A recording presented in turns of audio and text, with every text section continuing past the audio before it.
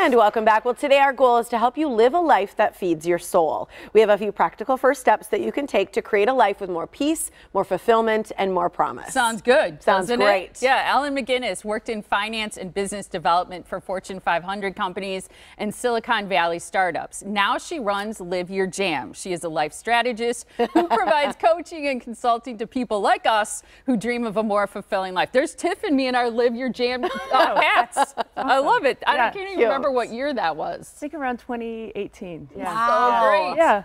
All right, so we can talk about Live Your Jam a little bit more, but first, because you are a life strategist, and I wonder why someone would need a life strategist, and is it different from a life coach? It is different.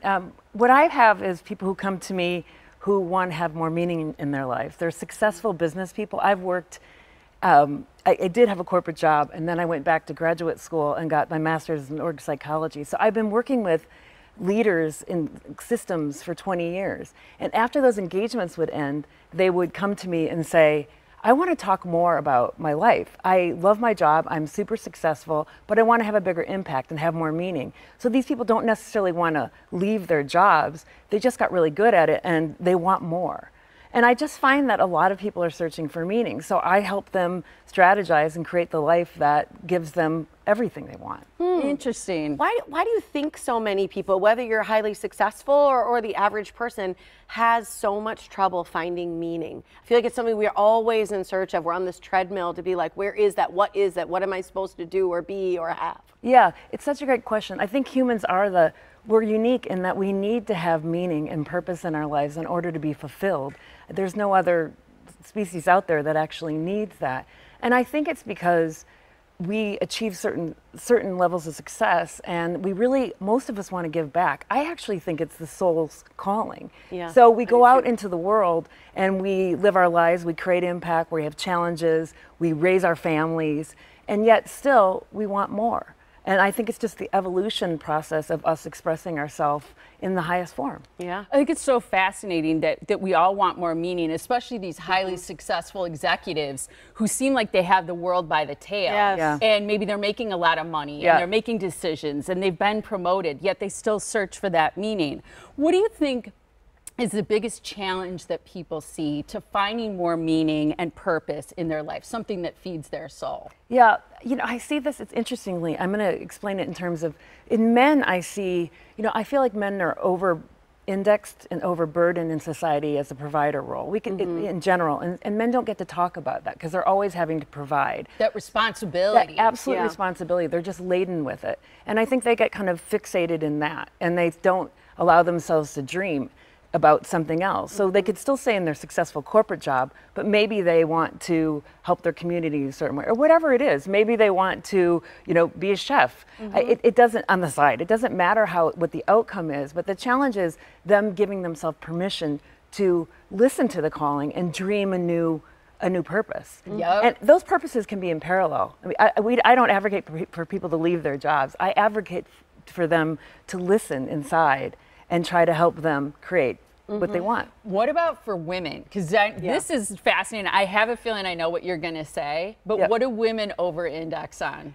We're nurturers. Yep. And even women in corporate and women, who have families, and even, people play the role of aunt. What we do is we're what I call the emotional operating system for everybody. And so a lot of women in careers still are providing all of the emotional support to the family members. So when I talk to women who are successful at work, they say, it's not really my job. I have actually really good work-life balance. I'm killing it here. What's really bothering me is on the weekends, everybody wants my time at night, and I don't know how to say no. So I think for women, it's really that they stay fixated in the nurturer role, and they need to set boundaries.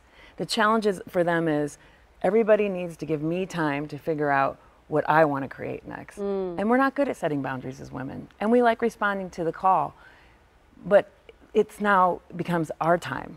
Yes. So give us a good example maybe of somebody who's done the transformation and how those maybe steps could work for us. Sure. So I have a tech leader who was very successful in technology, and his mother had dementia, and he really became interested in, kind of the the care facilities for people who have, you know, Alzheimer's or have memory issues. Memory issues, thank you. And so he left that, and he really explored it for a long time, but then left it, and now is creating small facilities for seniors. I have a woman who's a bank executive who really sees herself as has had a dream of a Martha Stewart of sorts. And like what she wants to give people tips on entertaining. Absolutely, she loves to home entertain, and she does it in a myriad of ways.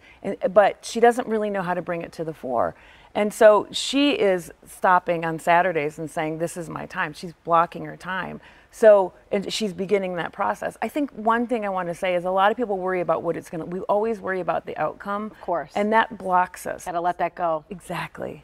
So this blocking your blocking your time, it seems like such a cliche or like me time or something, but it means like scheduling it, right? And really focusing on letting something sit inside and see how it feels. Because I bet a lot of people like, I don't know what I'm passionate about. That's exactly right. A lot of people don't know what they feel the urge, but they don't know what to do, and so they busy themselves with, like I said, over nurturing, or I'm just the provider, so I'm going to work a lot. So yeah, it's really important that we quiet ourselves. I mean, everybody's like, oh, I don't want to hear that, but it's true. So just like you would make time for somebody else, you have to make time for this.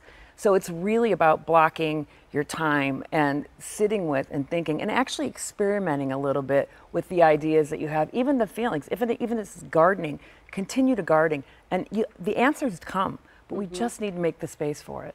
Yeah.